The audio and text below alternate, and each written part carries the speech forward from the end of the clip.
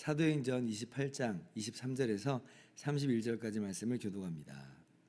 그들이 날짜를 정하고 그가 유숙하는 집에 많이 오니 바울이 아침부터 저녁까지 강론하여 하나님의 나라를 증언하고 모세의 율법과 선지자의 말을 가지고 예수에 대하여 권하더라.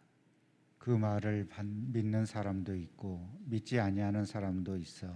서로 맞지 아니하여 흩어질 때에 바울이 한 말로 이르되 성령이 선지자 이사야를 통하여 너희 조상들에게 말씀하신 것이 옳도다.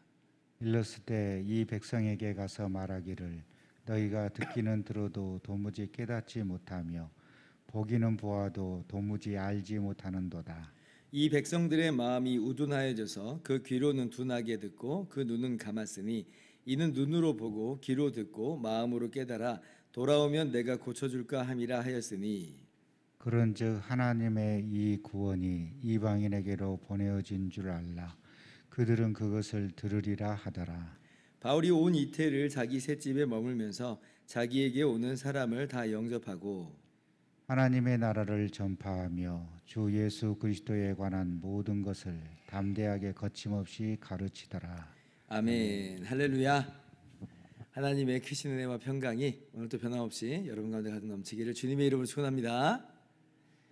드디어 오늘 우리가 사도행전 마지막 부분을 함께 읽었습니다. 오늘 말씀 이 마지막 부분에서조차 참 인상적인 장면이 있죠. 첫 번째, 바울 사도가요 유대인들에게 여전히 복음을 열심히 전파하고 있더라라고 하는 것이에요. 어제 말씀드린 것처럼 유대인들 지도자들이 이 바울의 말에 흥미를 가졌다 그랬죠. 그래서 23절 오늘 말씀 바울의 말을 듣고자 날짜를 잡고 모였습니다. 한마디로 우리식대로 따진다면 날 잡고 모인 거예요. 그래서 바울 사도가 그 모인 유대인들에게 아침부터 저녁까지 하나님의 나라를 가르치고 율법과 선지자가 예언한 메시아가 바로 예수님이라고 하는 사실을 전합니다. 대단하죠. 우리는 1시간 강의, 1시간 전도하는 것도 참 만만치 않은 일로 버거워하는데 그런데 바울 사도께서는 하루 종일 그 유대인들에게 가르치고 전하고 있어요. 이 열심과 이 열정은 항상 다시 봐도 참 너무 존경스럽습니다. 정말 도전이 되는 거예요. 그래서 우리도 다시 한번 다짐하게 되죠. 야, 나도 이렇게 열심히 있게 주의 일을 감당해야 되겠다. 그러니까 이 바울이 유대인들 향한 이 마음은 참 이렇게 너무나 애잔하다라고 할 수가 있어요. 얼마나 이 동족인 유대인들이 예수님 믿기를 이렇게 사모하는 거예요. 얼마나 하나님의 나라를 이들이 기업으로 받기를 소망하는 마음이면 이렇게 열심히 하겠는가. 여러분 유대인들에게 복음이 가려진 거 아닙니다. 지금까지 바울의 이 전도 사역을 볼 때 유대인들이 얼마나 많이 바울을 반대했어요.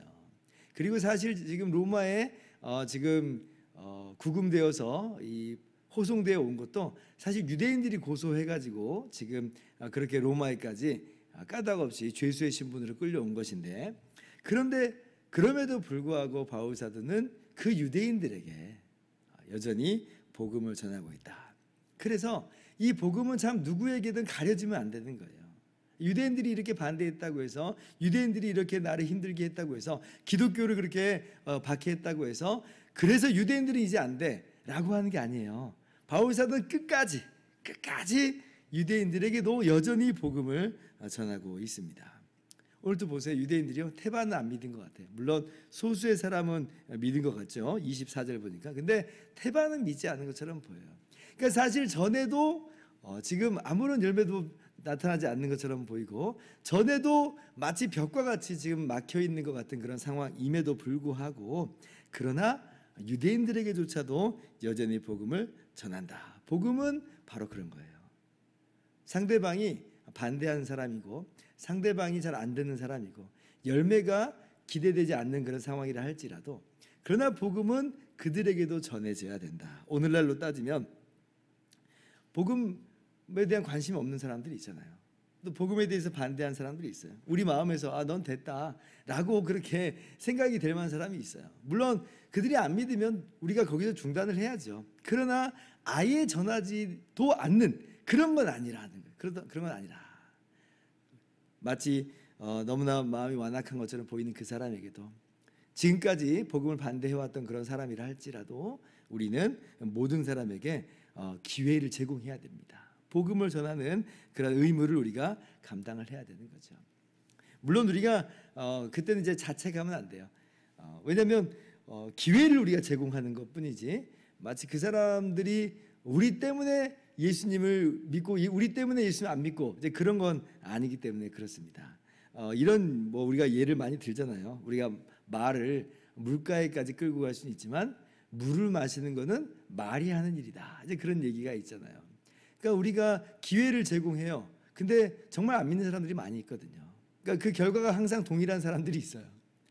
그런 사람들은 그럼 우리 때문이냐? 내가 복음을 잘 못 전해서 그래. 아유, 다른 사람이 있으면 더 잘 들었을 텐데. 아니요, 그러지 않아요. 오늘 바울 사도 보세요.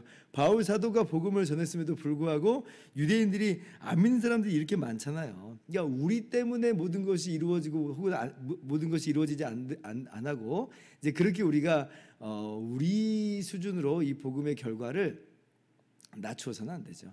이거는 그들이 마음을 열어서 예수님을 믿어야 되는 거고요. 더 궁극적으로 본다면 하나님께서 성령께서 그들의 마음을 열어두셔야 되는 거예요. 그래서 그들이 안 믿을지라도 우리는 복음을 전하고 그리고 끝까지 안 믿을지라도 너무 자책하지는 말고 이거는 하나님이 하시는 거다라고 하는 마음으로 당당하게 또 담담하게 그러나 열심히 있는 마음으로 정말 사모하는 마음으로 그렇게 복음을 증거하는 저와 여러분 모두가 될 수 있기를 주님의 이름으로 축원합니다.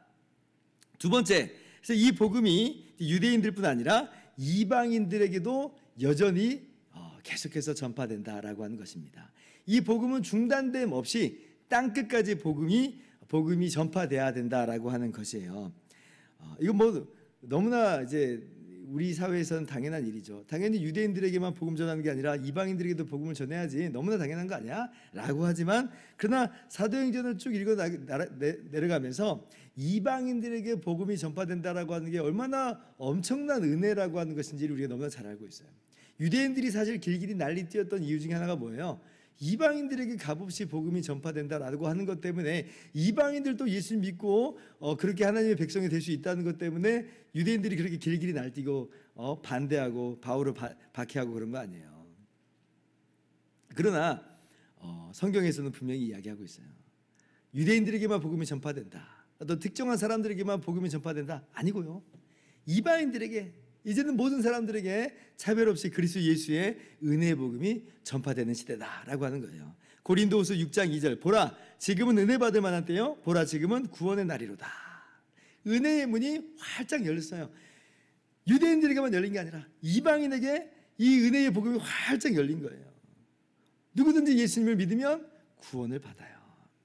얼마나 놀라운 소식인지 모릅니다. 그런데 우리가 알다시피 이 은혜의 문이 항상 영원히 열려 있는 건 아니죠. 언젠가는 닫히는 날이 와요. 그때는 이방인들뿐 아니라 유대인들에게도 이 은혜의 문은 닫힙니다. 언제요? 예수님께서 다시 오시는 날. 주께서 호령과 천사장의 소리와 하나님의 나팔 소리로 친히 하늘로부터 강림하시는 그날 이 모든 것이 끝나는 거예요. 은혜의 문은 닫히고 이제 그때는 하나님의 심판이 있어서 의인들은 영생에 악인들은 영벌에 들어가는 그 일만 남아있다라고 하는 것이에요.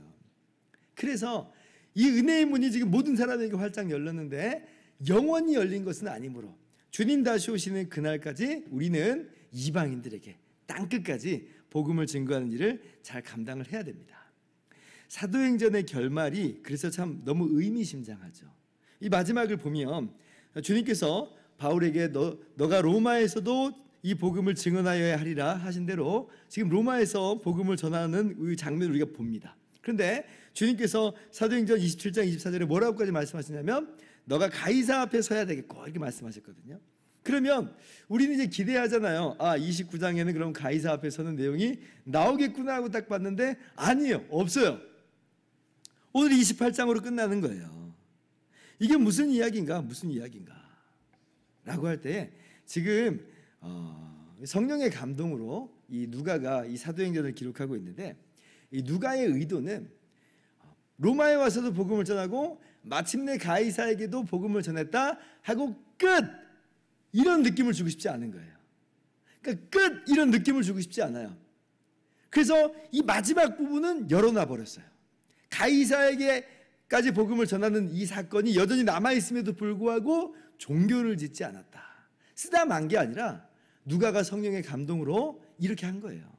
이게 무슨 얘기냐면 복음이 전파되는 것에 있어서는 이제 끝! 이게 없다는 거예요. 이제 끝 그런 게 없어요. 로마에서 복음을 전하는 이 바울의 모습이 계속해서 담대하게 거침없이 복음을 전파하는 모습으로 끝내버려요.